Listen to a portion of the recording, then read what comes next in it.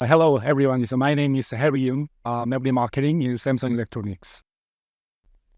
Actually, when we talk about memory solutions for AI application, so most people is just recall. So HBM is the only memory solutions for AI. But as you know, that's not true. So there are many and also various technologies and solutions for AI application. Today, actually, I'm very happy to introduce Samsung's leading the new technologies and solutions for AI application. I'd like to elaborate on the innovations that we are making along with this to create a new future. First, let's watch a video clip for AI expansion in our lives.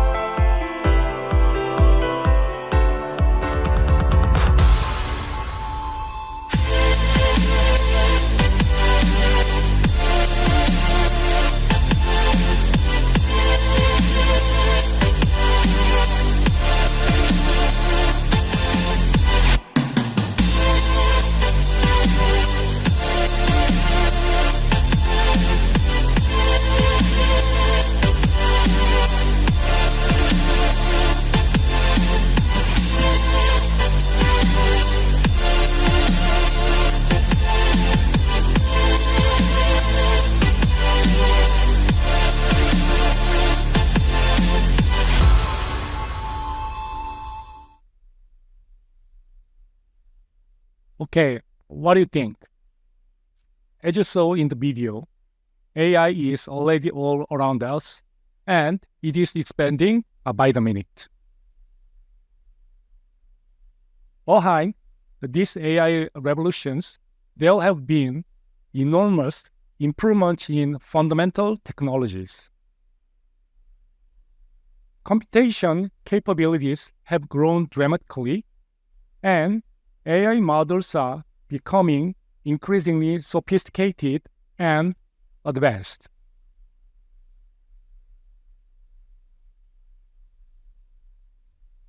As a result, services like ChatGPT have come out, and generative AI has rapidly become the new paradigm in our lives.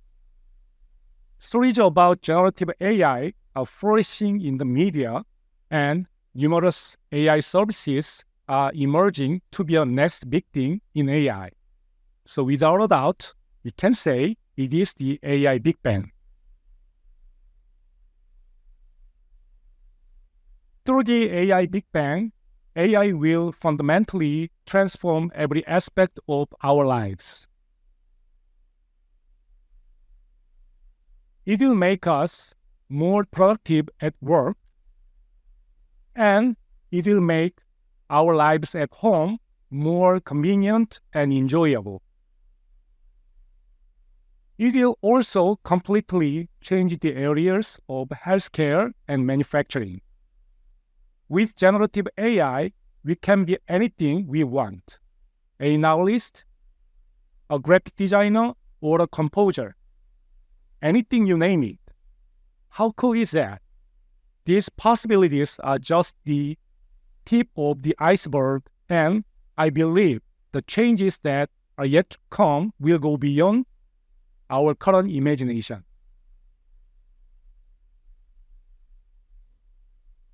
The current AI innovations and services have started in cloud, but they will soon penetrate into other platforms, like edge devices and automotive.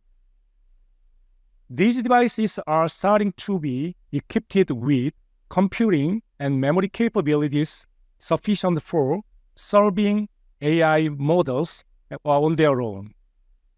And this trend will drive requirements for memory and storage as well. As my main focus today, I will explain the trends and requirements for each of these three platforms.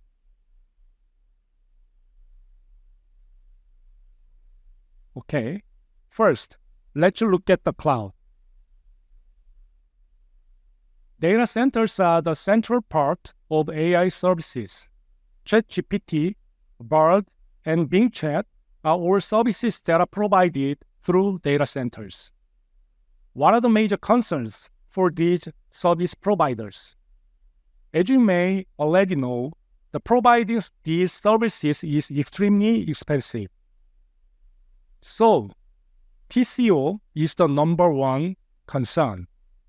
In addition, there are increasingly more concerns related to multi-tenancy, QoS, security, power, and thermal.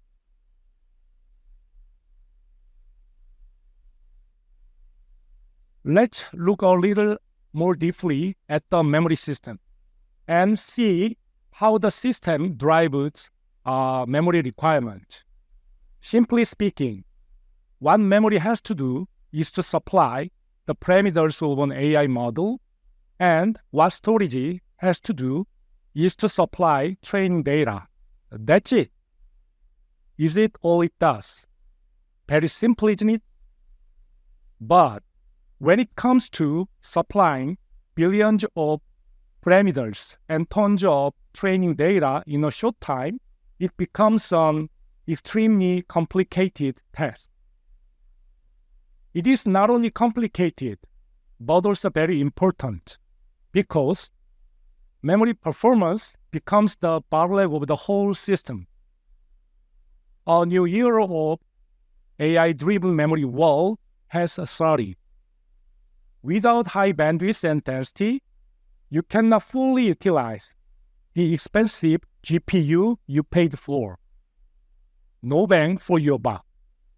So, ironically, buying the fastest and largest memory in the market will drive the whole TCO down.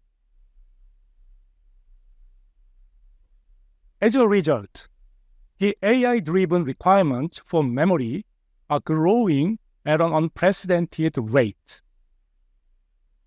DDR memory bandwidth has increased exponentially, and the amount of HBM in the server market is growing fast. The need for higher capacity and lower power are greater than ever. Based on these requirements, we have innovated our product. First, we have developed a DDR5 32 gigabit product, the first of its kind in the industry. We are currently sending out samples to our customers. It has the largest mono-die density and can support 128 GB high-capacity modules without using TSV. This means these 128 GB modules will be available at a more attractive price. They are just what you have been waiting for. With TSV, on the other hand, the DDR5 can support modules of up to 1 TB, which is a density you've never seen ever. In addition, it offers 7.2 Gbps, which marks a 50% improvement compared to the previous generation. To extend performance and capacity further, we've developed an MRDIMM product. It is an innovative solution that can support twice the capacity and performance of the existing RDIMM. The first generation of MRDIMM will offer 8.8 Gbps, while the second generation will offer 12.8 Gbps. This makes it a suitable solution for high-performance computing and AI applications. Next, we've developed the HBM3E, which we've dubbed as a Shine Bolt. Compared to existing HBM3 products, the bandwidth and capacity have been improved by more than 50%. It offers bandwidth of up to 1050 gigabyte per second and density of up to 36 gigabyte per cube with Samsung's 12 High technology. As the name implies, it will shed light on our shared journey into the future of AI. The last on my list of server DRAMs is the GDDR7. This product is another one that we have developed as an industry first. And it offers the fastest per fin speed of up to 32 Gbps with a 20% improvement in power efficiency. Now, I'm going to move over to server SSDs. The PM1743, which we are already mass producing, is the industry's first PCIe Gen 5 16-channel server SSD. It offers roughly twice the performance of the previous generation with a 40% improvement in power efficiency. Plus, our advanced security, telemetry, and multi-tenancy features make the product an optimal storage solution for high-performance computing and AI servers. This year, we newly added a key server SSD product into our lineup. It is an 8-channel PCIe Gen 5 SSD. With a groundbreaking controller design, it brings remarkable improvement of 1.8 times in performance and 1.6 times in power efficiency. We are also investing a lot to explore all kinds of pathfinding avenues, from incremental and sustaining to radical and disruptive. We are on course to be the industry's first provider of products that use next-generation interfaces like DDR6, HBM4, and PCIe 6.0. All these technologies will help to provide the bandwidth requirements of the future.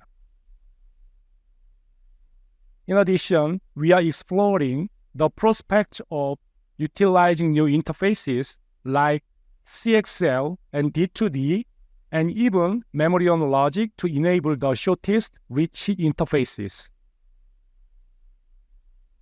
We are also actively exploring radical and disruptive technologies such as custom HBM, processing in memory, and smart SSD.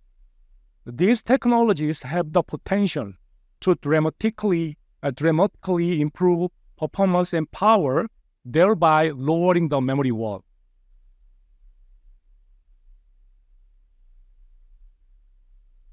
Okay, next is on-device AI. Sorry.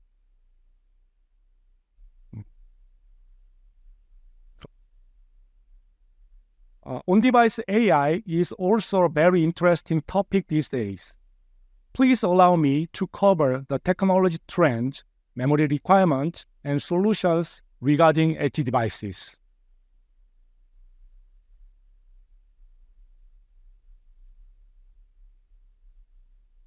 Okay, the need for on-device AI is driven by the pursuit of personalization, better security, high performance, and lower cost. This will eventually improve the user experience and bring benefits to service providers and device manufacturers. AI systems in edge devices will store multiple AI models. Each and every model will be tailored to a specific function it performs. Chatbots, image generation, document summarization, and photo editing are examples of such functions. Let's suppose I want to see a portrait of a cat painted by Van Gogh.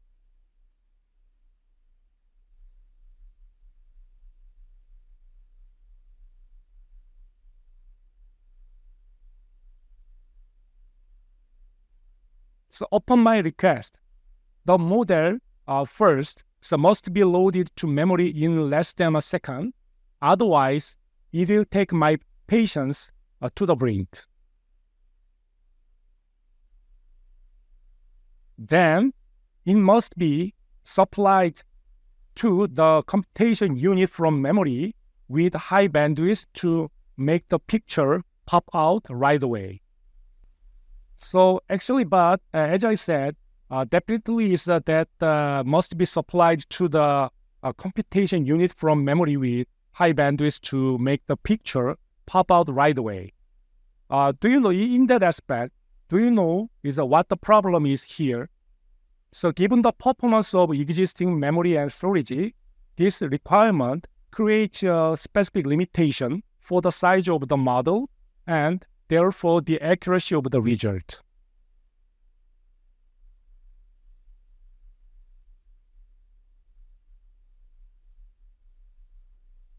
Okay.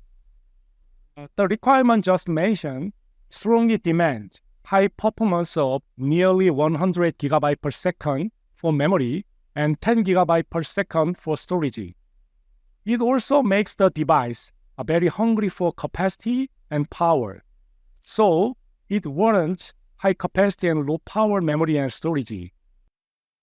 So here is what Samsung Memory is preparing to offer for edge devices. Okay, the first is the LPDDR5X. We are developing a new LPDDR5X product that supports a per pin speed of 9.6 Gbps and bandwidth of 76.8 GB per second. We are planning to mass production in next year. In addition, we utilize advanced high-K metal gate technology. So that is which is the improves 30% in power efficiency compared to the previous generation. We also provide LPDDR5X in the form of LPCAMM. The low power nature of LPDDR and the detachable form factor will come in very handy for PCs. We are currently sampling the first version of LPCAMM for the first time in the industry. This product supports performance of up to 120 GB per second, and it is expected to present a new paradigm in the PC market. We also offer LLW, which stands for Low Latency Wide I/O DRAM.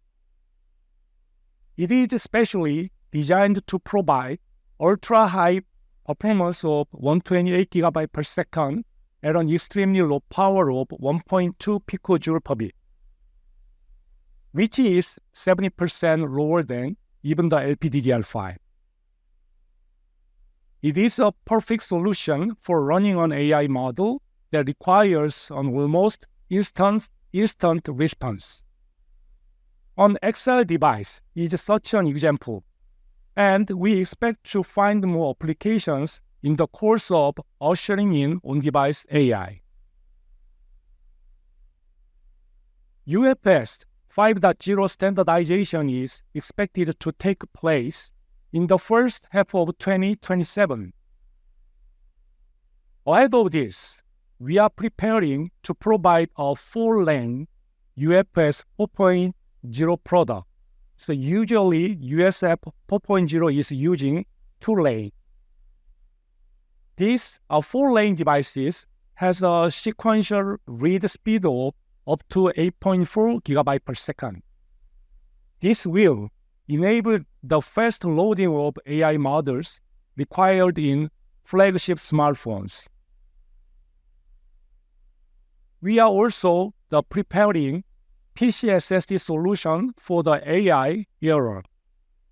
Samsung's first PCIe Gen 5 PC SSD is lined up to be released next year, and it will double the sequential read performance and improve power efficiency by 33% compared to the previous generation.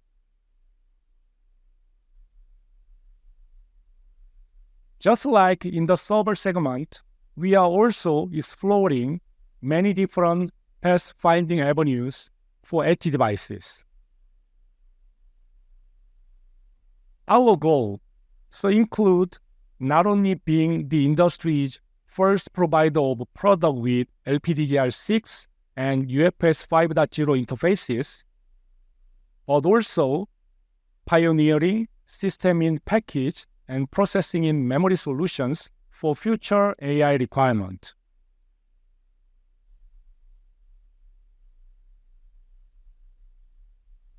Okay.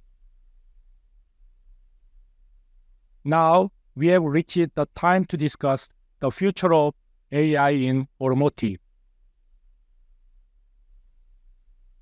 Today's autonomous driving technology has arrived at level 3, as you well know. At this level, you can take your feet off the pedals and hands off the wheel at your own risk. The standard hardware requirement for this level is around 24 TOPS. To achieve level 5 and offer the full self-driving capabilities that everyone has dreamed of, the number has to increase to more than 1,000 TOPS. This is a huge jump from what we currently have.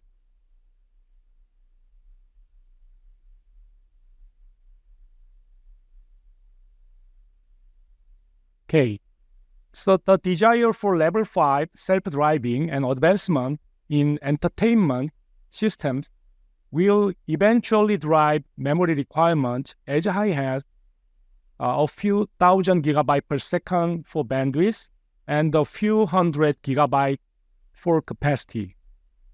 This is 3 to 4 times more than what we currently have.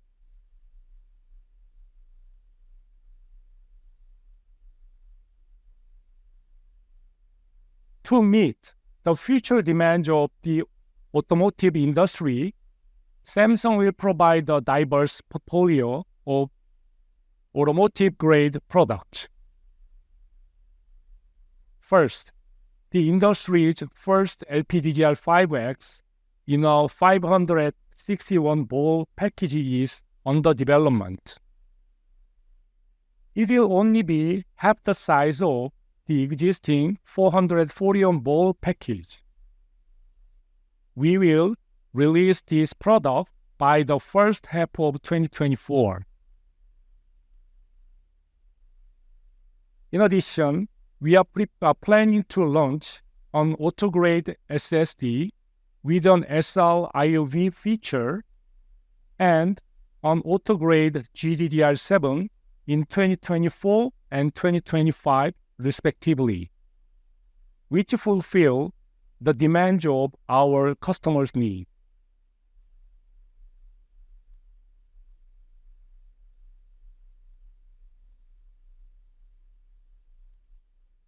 So far, I covered all the technologies and solutions for cloud, server, edge devices, and automotive applications.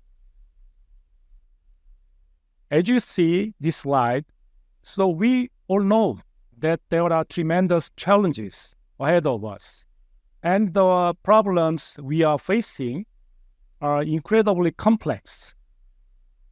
These challenges often stretch across multiple dimensions and cannot be resolved with an isolated approach.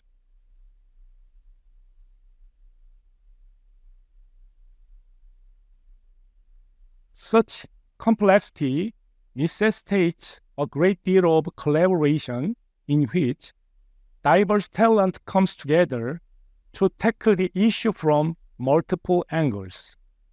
We are working to partner with many entities in both industry and academia to find solutions together.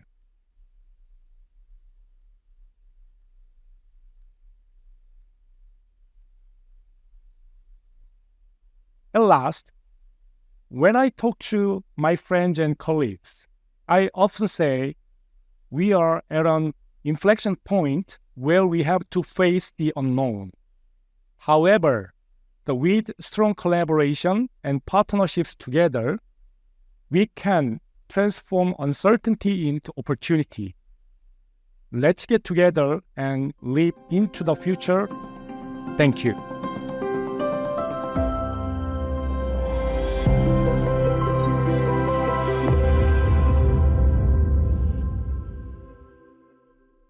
Good afternoon, everyone. Thank you for joining us today. My name is Ki-Bong Jung. I'm leading business development at Samsung Foundry. We live in the era of generative AI and accelerated computing. That's what Jensen Huang from NVIDIA said this year. I'd like to add one more thing. Near memory computing. That's closer to more reality. In other words, the computing paradigm is shifting. Samsung Foundry and AVP stands for Advanced Packaging. We form a new organization called AVP. We make customers' computing ideas to reality. As a matter of fact, Samsung has very unique competitive advantage. I call it GDP. G stands for GAA, D, DRAM, P, Advanced Packaging. To make an innovative AI device or network switch device, you need three key enabling technology. That's what GDP stands for. Advanced node processes, DRAM, high bandwidth memory, and packaging. Samsung has all three, and I think that's very unique. Only one company in the world today. That's not what I said. Several customers approach to us and show their ideas to us. Can you make them? I asked them, why did you come to us? And that's exactly what they said. Because you guys have all three. You need all three to make innovative devices they want to make. So the theme of my talk is that the synergy between our GAA and DRAM and advanced packaging technologies will ensure innovative computing devices for our customers, including AI. This is the agenda. Let me start with business updates. Since, our revenue surpassed $18 billion last year and continued to rise. And $18 billion is not a big money, but still second in Foundry ranking. It might change if the US company joined this Foundry business, but we are number 2 today. And our customers increased more than doubled or triples since we break out in the year 2017. And then it will increase more than 5 times 5 years from now.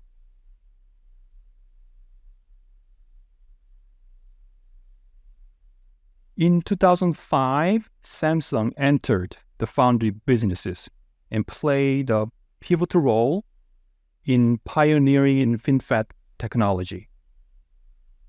Our significant milestones include initiating mass producing using 14 nanometer process in year 2015, which led to the widespread adoption of FinFET technology in the world back then. Building on this success in FinFET, we established the independent business unit in year 2017, spin-off into independent business unit. That's where I belong. We achieved another industry first by implementing EUV lithography in our 7 nanometer. That was the first time. A lot of you know, guys, that one of the choke points of supply chain of semiconductor, that's EUV from ASML. We were the first to use that in semiconductor manufacturing. Once again, we became the first GAA, gate-all-around, manufacturer last June. And this year, as I said, we introduced AVP, Advanced Packaging Organization. It is Advanced Packaging Business Team. And Today, I'm going to talk about foundry and AVP growth potential. Okay, let me begin with the manufacturing sites. Samsung Foundry offers foundry services across U.S. and Korea. In South Korea, we operate several fab, 8-inch, 12-inch, including like Legacy and advanced nodes. In U.S., we have a 12-inch fab in Austin. It's called S2. It's operating more than 10 years. And after 8 years of stable operation, we have enjoyed experience curve effect with FinFET. Our 14-nanometer FinFET is mass-produced in Austin, Texas. We are currently constructing a new manufacturing facility in Taylor, Texas, with production expected to commence in late 2024, which is next year. Okay. Let me move on to the market opportunity. This will be very interesting. I mean, this is not company's vision. It's more of my story. How do I see these things? Let's see. Look at these two curves. The lower curve illustrates the foundry market success. The annual growth on average 11% from year 2000 to 2028. And that growth rate exceeded that of the overall semiconductor market. The semiconductor market, about the same time period, grows only 4% and reaching about around $600 billion last year. In contrast, foundry market is only a part of the semiconductor market, will grow 11%. Last year, it's around $134 billion. It will grow $187 billion, year 2028. This means, as time goes on, the importance of the foundry within the semiconductor ecosystem is getting bigger and bigger. That's why you guys are here. I mean, in Korea, ordinary people know about the foundry. That was not that last year. Okay, let me look at the more details. In year 2028, the projected revenue in the foundry is $187 billion. And if you break down into the segments, the automotive sector and HPC sector stand out as the fastest growing segments. In year 2022, HPC sector represent $40 billion out of $134 billion, 22, and projected grow an annual rate of 12%. Meanwhile, the automotive sector, last year only a $5 billion market, but it will be grow, it doesn't say any absolute value, but with a growth rate of 17%. So those two segments are the target segments of Samsung Foundry and AVP. And that's where the computing paradigm shift is happening today. The growth of both HPC and automotive sector is driven by the rising demand for advanced computing.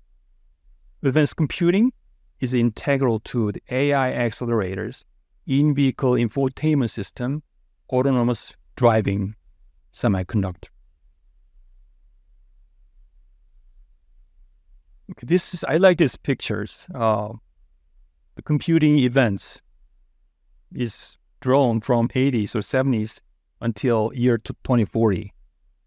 And if you look at the words at the top, centralized, distributed, centralized, decentralized, it seems that the idea of the history repeating itself applies to the computing as well. Before the 1990s, I guess most of you guys are too young to remember those guys, the IBM mainframe computer were the norm, and it represent centralized computing. However, in the 1990s, distributed network, decentralized networks were prevalent, driven by the need for scalable, resilient, and decentralized solutions. It leveraged the growing popularity of personal computers, the internet, back then. And again, 2010, centralized computing came back with the rise of cloud computing and big data analytics. centralized computing suits AI technology like deep learning, GPT, which requires substantial computation power and memory. However, experts predict the resurgence of decentralized computing because we need secure, private, and low latency solution even for AI. That's many bodies say on-device AI, edge devices. That's why we are talking about that.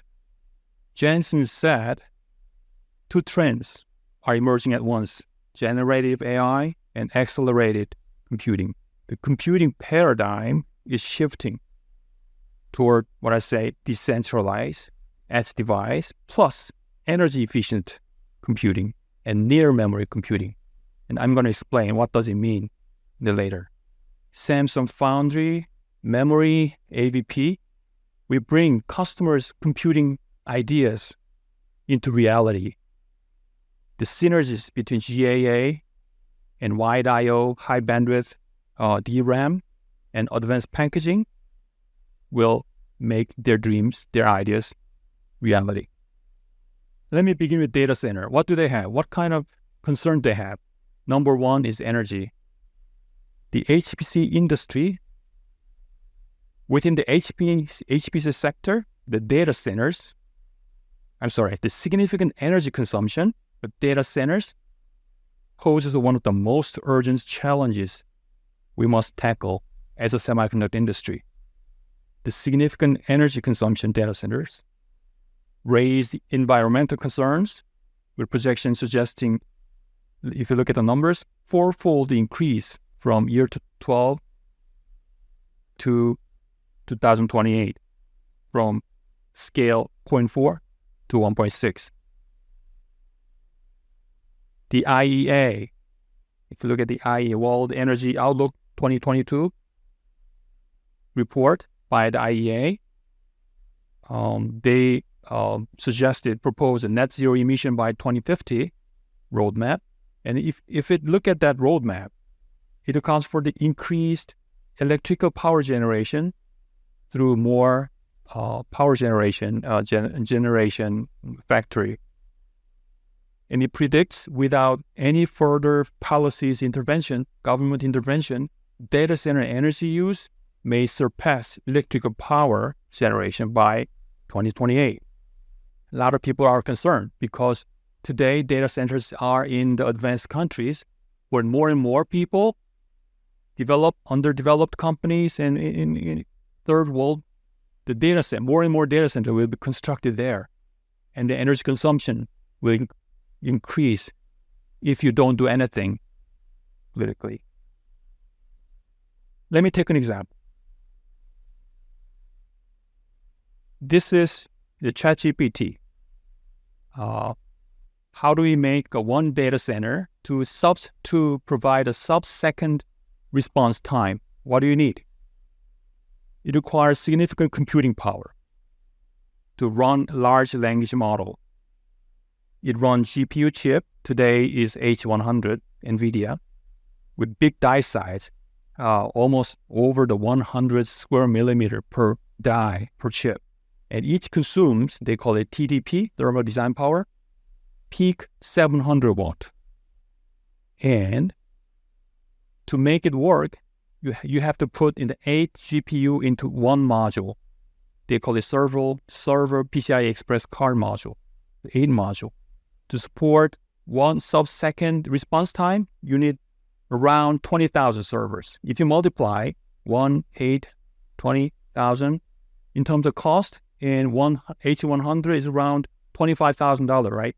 That card is up $25,000. If you multiply all those numbers, it becomes $4 billion just for the hardware cost. $4 billion to support ChatGPT sub-second response. In terms of power, if you multiply 700 watt with this, you need more than 100 megawatt data center. We're talking about 100 megawatt of power consumption plus $4 billion hardware cost. We should do something. That's why there are a lot of opportunities arising. Some people want cheaper chips. Some people want more energy efficient hardware. And that's where we're headed. Interestingly, similar things happen in the automotive. The automotive industry also seeking advanced computing solutions that offer even higher performance and energy efficiency. Why energy efficiency? Today, vehicles, if you look at this is the generation of EE, electronic architecture. Today is around the third generation is the mainstream.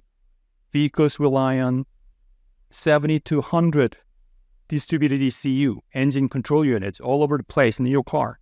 Manage the function such as drivetrain, connectivity, infotainment, body and comport. In the fifth generation, we're headed. Oh, by the way, in the middle, we call it domain centralized. All of those ECUs are classified according to functions. The jargon is domain. So, for example, drivetrain-related circuit will be assembled, and connectivity is assembled onto one single domain. So, in the middle stage, it will be centralized to the domain. We call it domain centralized. But eventually, the fifth generation central compute units will consolidate these functions into one and link to the control unit, sensor, actuator through zone gateway. Why do you do that? By doing that, you can get economy of scale. You can do a software-defined vehicle. Because let's think about it. Let's assume that you want to update the software for each ECU. It's impossible today. But if you consolidate it into one high-speed CPU, you can do over-the-air updates of your software. So this central compute architecture will open the way for software-defined vehicle. That's why the fifth generation is the way. All these car companies are heading, led by the Tesla. And by doing that, you can save the weight too. Today, those ECU have bunch of wire. In terms of length, on average 5,000 feet, on average 30 to 50 kilograms just for wires. And by going that direction, the wire will be much simpler. Use a high-speed like Ethernet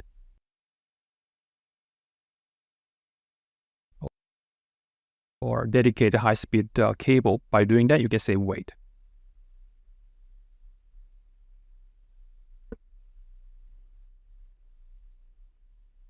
Demand for energy-efficient computing is primarily fueled by the development of autonomous driving. The journey, the left-hand corner is the 5 levels of autonomous. I think level 1, I think you already heard of it. Level 1 is basic driver assistance.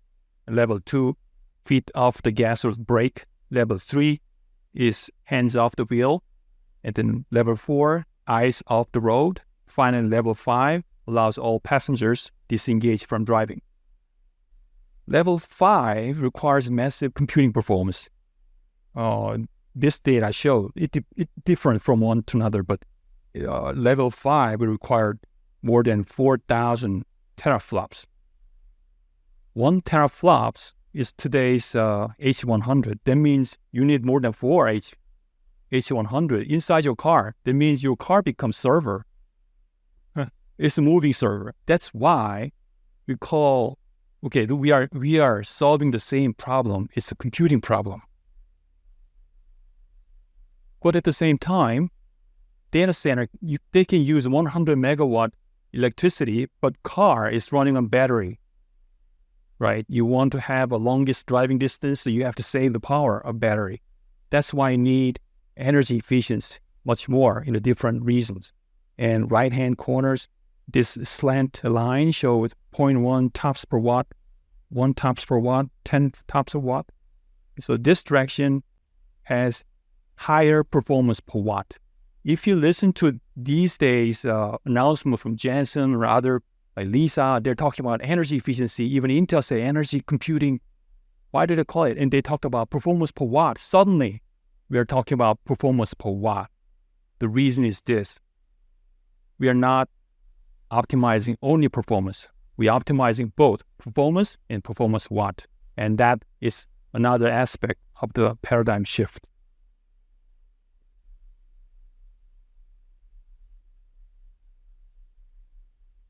And let me summarize. What's the similarity between HPC and automotive? Just in data centers, next generation vehicles will rely on in the middle on the right hand advanced process node because they need energy efficient processors, and GAA is a typical solution for that. And they need higher memory bandwidth. You need a high bandwidth DRAM. And then if you look at the down, advanced packaging, you have to consolidate a lot of different things for central compute, CPU, GPU, NPU, GPU, common accelerators. So you need advanced packaging technologies. And later, I will explain another reason why they need advanced packaging in this automotive sector. Because in terms of the quantity, you're talking about 50 million new vehicles every year. It's nothing, right, compared to 1.1 billion of handsets, right? So these people are worried about economies of scale. Automotive ADAS semiconductor chip lacks economies of scale. So what do they do after that? They have to collaborate with other semiconductor companies. So they, some people of the automotive architecture, they prefer chiplet approach. They want to focus on ADAS chiplet. And all other chiplet, they want to buy from off the shelf from the chiplet marketplace. So that's why they want to join. I mean, a lot of automotive guys try to recently join the UCI Express, which is chiplet. The reason behind that is economy scale. They lack that economy scale. They want to work with the chiplet vendors from the off the shelf. And again, in summary, HPC and automotive share the key enabling technologies in common, which is advanced process node, G, high bandwidth memory, DRAM, advanced packaging. That's what I'm saying. GDP is the key enabling technology elements for both HPC and automotive. Okay, let's delve into one by one. Memory wall problem. A lot of people knows that.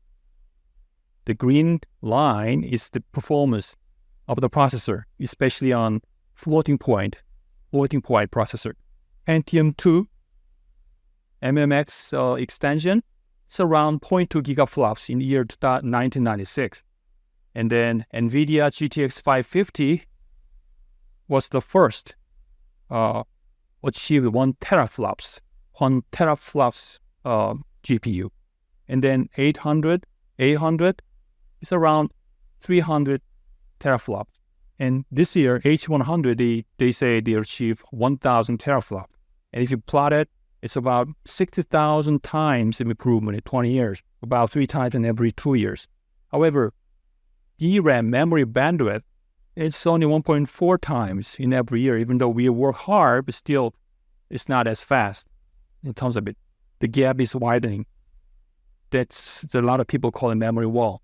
Or some people say we are wasting GPU. Expensive 25,000 GPU sit idle because of memory.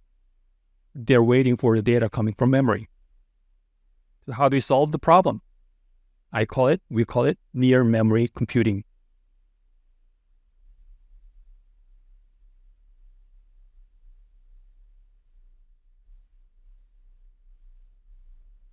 Near memory computing, or in other words, high bandwidth memory, is explained very well in Google's papers, I think a few years ago. This graph is called roofline model. X-axis is operation intensity. It's a key word. Y-axis is the performance, the gigaflops or teraflops. The X-axis operation intensity means data reusability. So larger number in this axis, and X-axis means for the same data, how many operations can do that? Then if higher data reuse, you don't have to fetch data new again, right? Because you can do this, operate many times on the same data. On the other hand, the smaller operation intensity is very data intensive. You have to read. Every time you have a new operation, you have to read it. So that means you need a lot of memory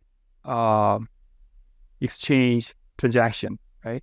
And it depends on the application. Some application, for example, calculation, projection, application is 3 type. But certain things like large language model, ChatGPT, they need to fetch upfront each time from data. It's like application 1. In those application, data-intensive application, your performance is limited not by the performance of the processor, but by the memory bandwidth. Look, application 1 performance is limited by memory bandwidth. In that case, if you develop higher bandwidth memory, then this limitation will go. Your roof will be raised.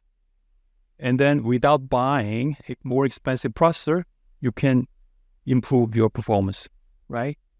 That's why these companies like Apple, AMD, NVIDIA, they've developed their own technology for higher bandwidth, near memory. In other words, they put DRAM near to the CPU. Look, Apple M2, they call it LLW, low latency wide I/O. They put DRAM in the same package closer to their M2 processors.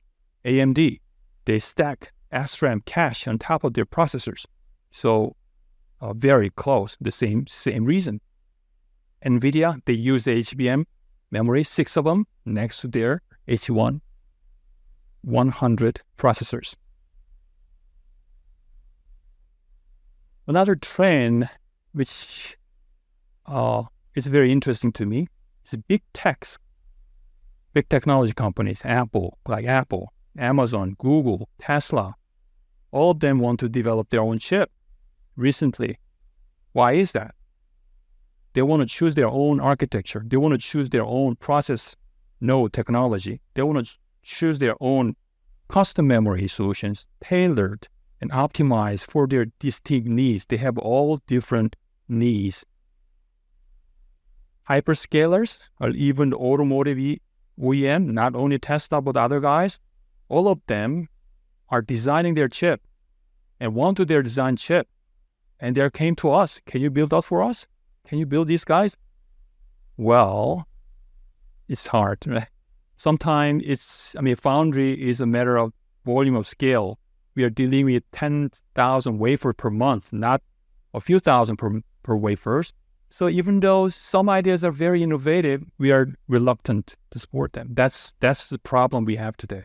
A lot of innovative ideas come to us, but it's hard. It's hard to invest because of the economy of scale. Well, you never know. There might be a second NVIDIA coming out, third NVIDIA coming out. If these things work and change and win in this computing paradigm, they may order a few thousand wafers per month, like NVIDIA today. That's why we are promoting emerging startup.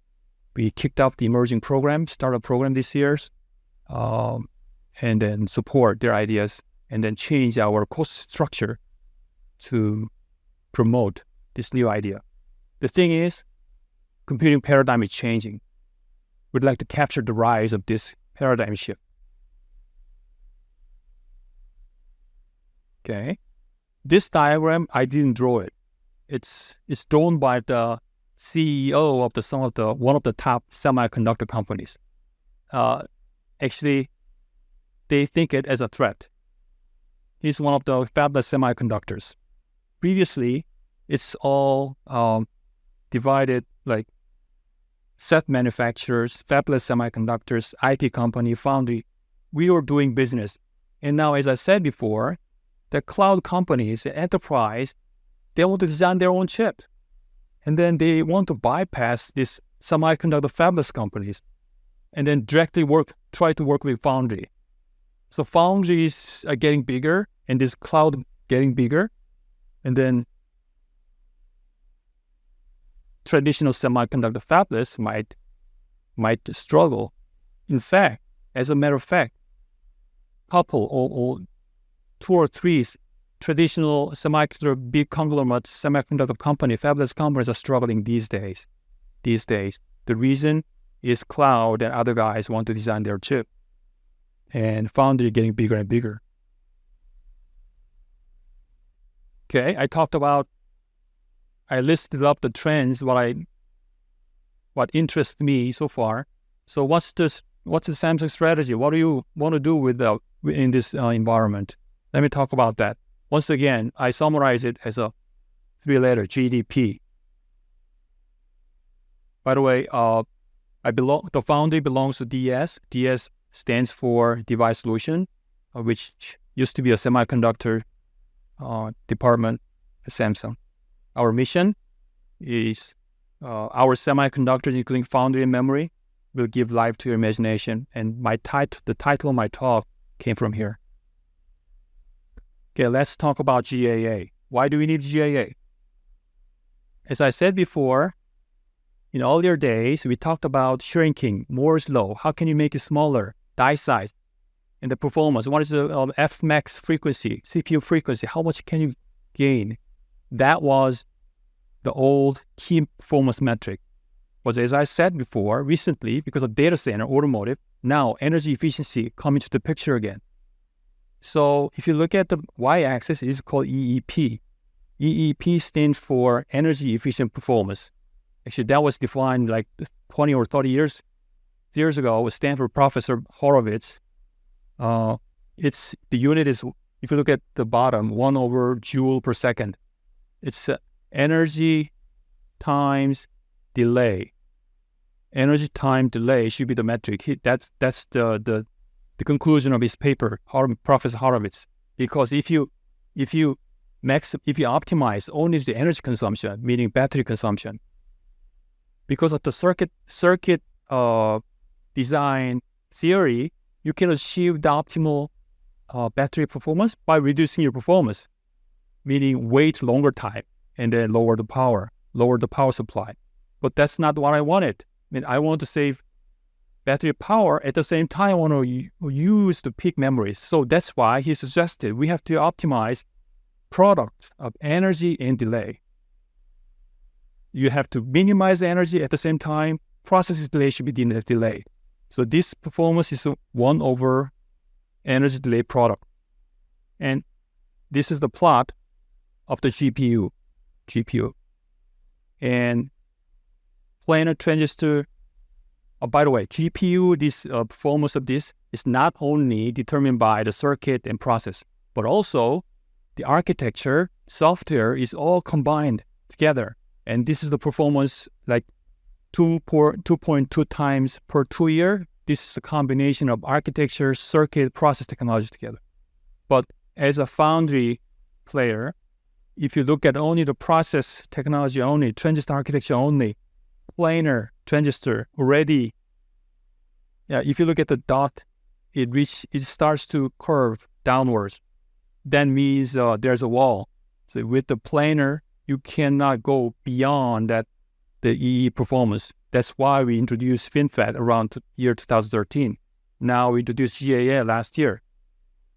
In other words, to achieve the energy efficient that data center and automotive guys want, GAA is the way.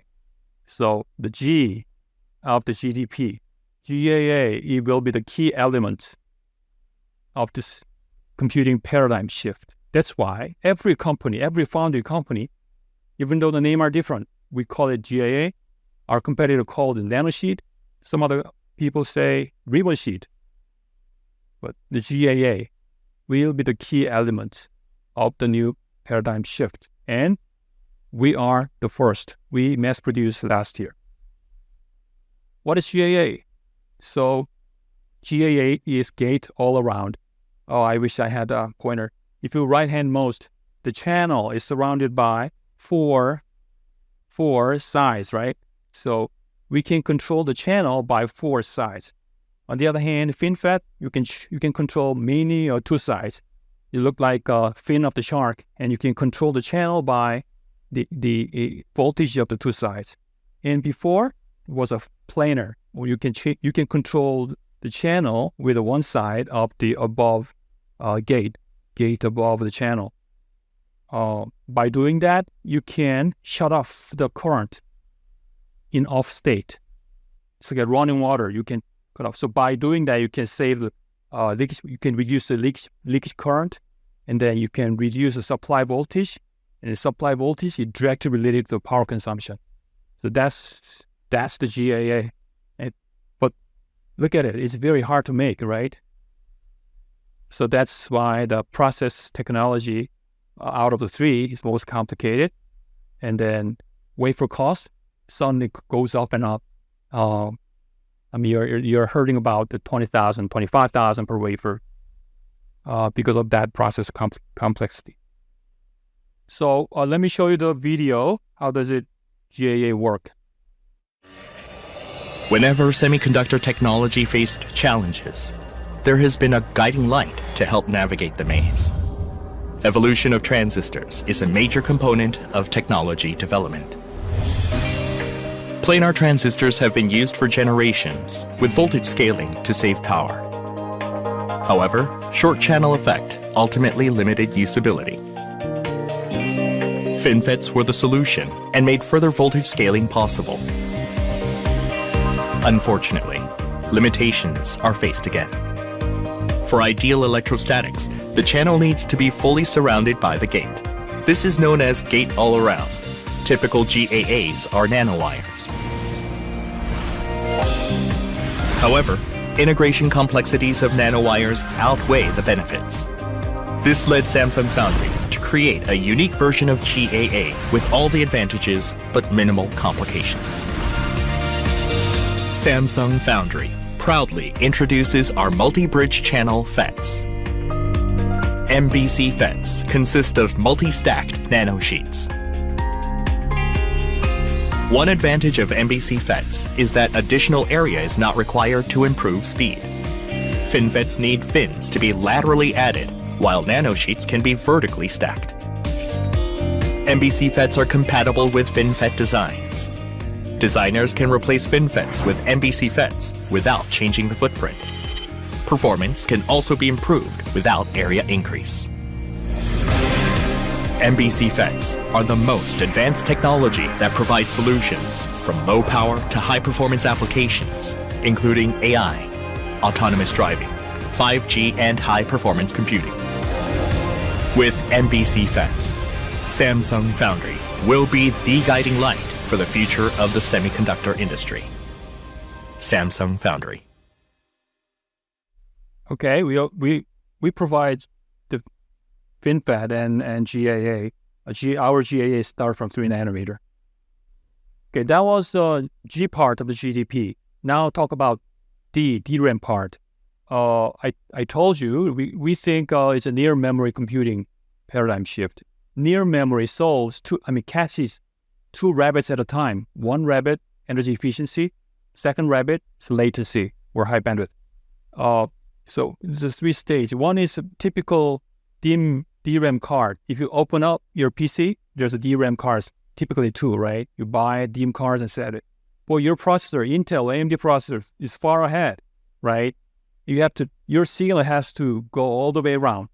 By doing that, you spend time and you consume a lot of power. You can heat. That's why you need a fan, right? To solve this energy consumption problem and latency problem, you have to put closer to processor and memory sits closer and closer. You saw that the 3 companies, right? Apple, AMD, NVIDIA. They do this kind of near memory approach with a different technology. One example is silicon interposer. They call it 2.5D or CoWoS packaging.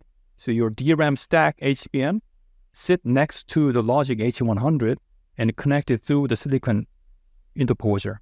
And by doing that, your picojoule per bit energy transfer energy is decreased from 12 to 3.5, latency decreased from 7.5 to 6.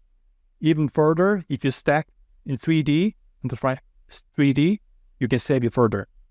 That's where we had it. So today, 2.5D HBM, it sits on a silicon interposer. And then they're talking about 2.5D and okay. But the next step will be the 3D on top of it, memory and logic. By doing that, you can minimize latency and minimize power. Okay. Also, for automotive, we are doing a non-volatile memory, and then our solution is embedded MRAM. And we recently announced 5 nanometer advanced node FinFET eMRAM. Skip it. Okay, now third part, P part of the GDP, advanced packaging. I'm sure you guys have heard of a lot of things about packaging, and there are multiple motivations. One motivation is a cost. If you look at the curve, that is the yielded wafer cost for the same area. Suddenly, it's like hockey stick, suddenly cost went up from 7 nanometer. The reason because they start to use EUV. EUV is like, how much? $50 million per machine. That raised the wafer cost, right? And then instead of using that advanced node, they want to split it. They use N-1 older legacy wafers and doing this way. That's one motivation, cost reduction. But more, for example, more automotive guy, because they lack economies of scale, they want to reuse design from others. Or they want to reuse older design for a new development, if for the same company. So design reuse will be collaboration with all their work or others people work to another motivation. Third motivation, like NVIDIA, AMD, they want to put more transistors into their system. But today, 100 billion transistor was a limit, even though you use GAA. So if you put more than 150 billion, like 500 billion transistor, you have to put more.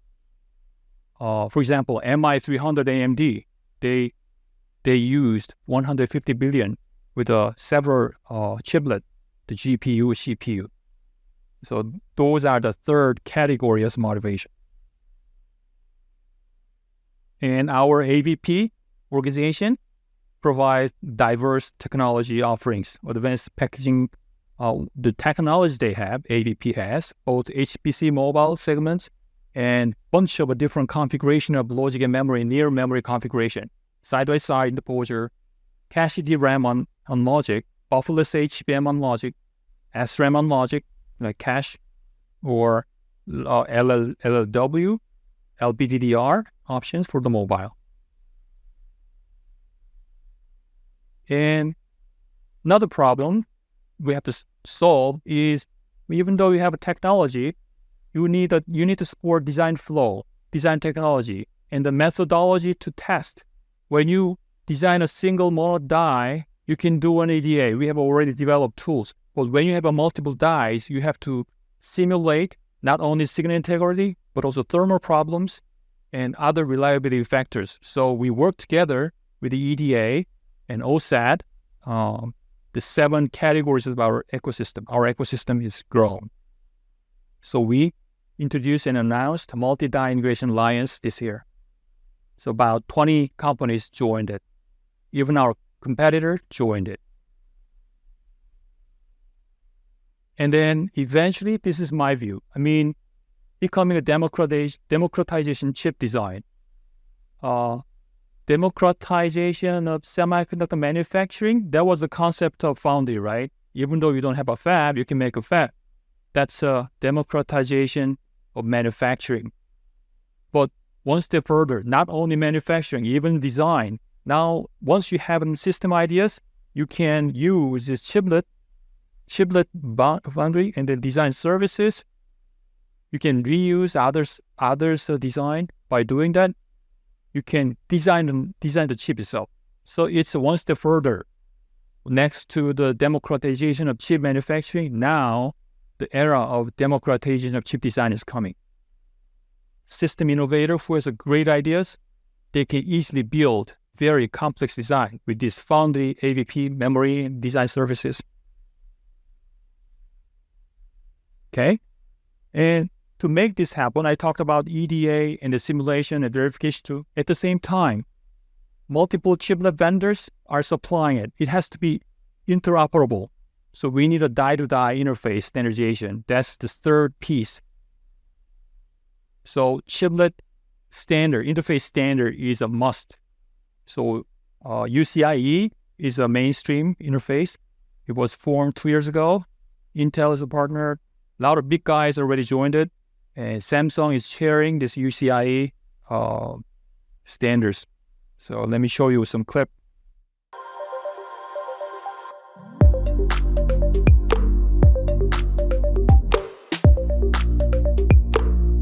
UCIe stands for Universal Chiplet Interconnect Express. UCIe is a means for connecting multiple chiplets on a package. It offers power efficient, low latency, high bandwidth communication between chiplets in a cost-effective manner. It's important. Chiplets are emerging as a foundational technology to help both improve performance of connecting computing elements in our platforms to memory, but also improving their efficiency. So not only you get better connectivity in terms of latency and bandwidth, but you also can then move data at a much higher efficiency in terms of the number of joules per bit. As we discussed, it's all about the technology brick wall which is coming. So collectively, as an industry, we need to accelerate the momentum towards chiplets. And this is where we strongly believe that a player like Samsung can help in creating the right system architecture, providing the right chiplets, and also help us in making sure that the right packaging architecture is in place. So we really look forward to work together with Samsung to create a chiplet-based ecosystem where Samsung is a very viable partner to fulfill those chiplets. Samsung in the future will play even a bigger role in technology because as Moore's law slows down, we will need to make systems that are more integrated, and the technology that Samsung can provide, not just on the memory side as a leader in industry, but also on logic, would play an important role in moving us beyond Moore's law, which has slowed down in recent years. That's the reason why we approached Samsung along with 9 other companies to start forming that consortium. We are very happy that Samsung joined the consortium and is actively promoting the consortium along with several other members. So together we are working really well in order to advance the state of the technology, which is how open ecosystems develop and propagate. So I talked about GDP 3 components one by one. This is not just a plan. We are already producing AI chip today. Some customers use our 14 nanometer and they are selling AI accelerator. They're developing 4 nanometer accelerator. Even for the automotive, number one EV company use our 14 nanometer ADAS. So a lot of our chips are running today. They're developing 5 nanometer next version, fully self-driving chipset. So we have pretty high market share today of the automotive driving. And 8 nanometer IVI is all over the world. It's one of the top three automotive CPU companies. Okay, this is, I think, the last slide. So what should I do for the last slide? I asked ChatGPT about the future of Samsung Semiconductor. The context I gave it as energy efficient computing paradigm, layer computing. I give some cues, ideas, and then in response, like the answer as follows. Samsung Foundry is heavily investing in advanced process technology like GAA, in position to assist companies in designing energy efficient computing chips. Additionally, Samsung is optimizing high bandwidth DRAM solutions and delivering customized DRAM solution. Even I didn't know, but it said delivering customized DRAM solution to meet individual customers' computing needs. Advanced packaging plays a pivotal role in enhancing energy efficiency and boosting overall performance. The synergies between GAA chips, custom DRAM, and advanced packaging will ensure innovative solutions for customers in the evolving computing paradigm shift. That's, I don't know, maybe I gave too much hint, but that's exactly what I wanted to hear from ChatGPT. Samsung Foundry and AVP memory together with our partners. We will give life to your imagination, bring customers' computing ideas reality. Thank you.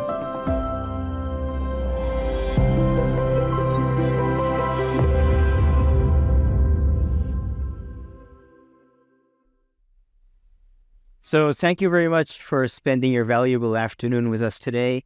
And I'd also like to thank JP Morgan for providing the venue for today's event.